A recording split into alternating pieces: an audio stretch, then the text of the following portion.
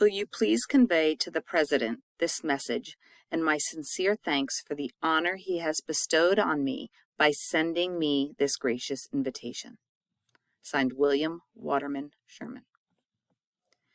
Instead of being angry at this reply, the President showed that he well appreciated the professor's loyalty to his club.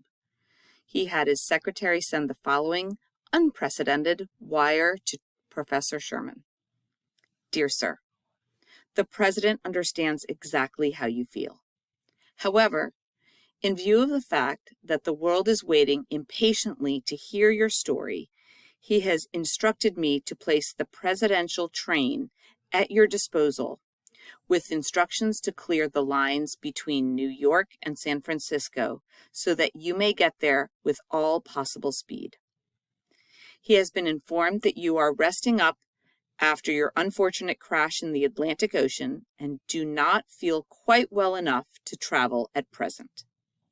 He assures you, sir, that you will be as comfortable in his oar as you are in your hotel bedroom, and that all possible care and attention will be given you on your trip.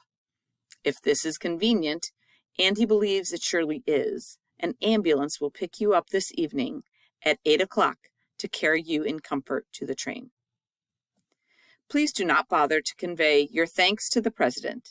He will eagerly await reports of your trip across the continent as the President and the world breathlessly stand by waiting to hear your story from the auditorium of the Western American Explorers Club in San Francisco. The Secretary to the President of the United States, Professor William Waterman Sherman, left the Murray Hill Hotel that evening at 8 o'clock, San Francisco bound, on the presidential train.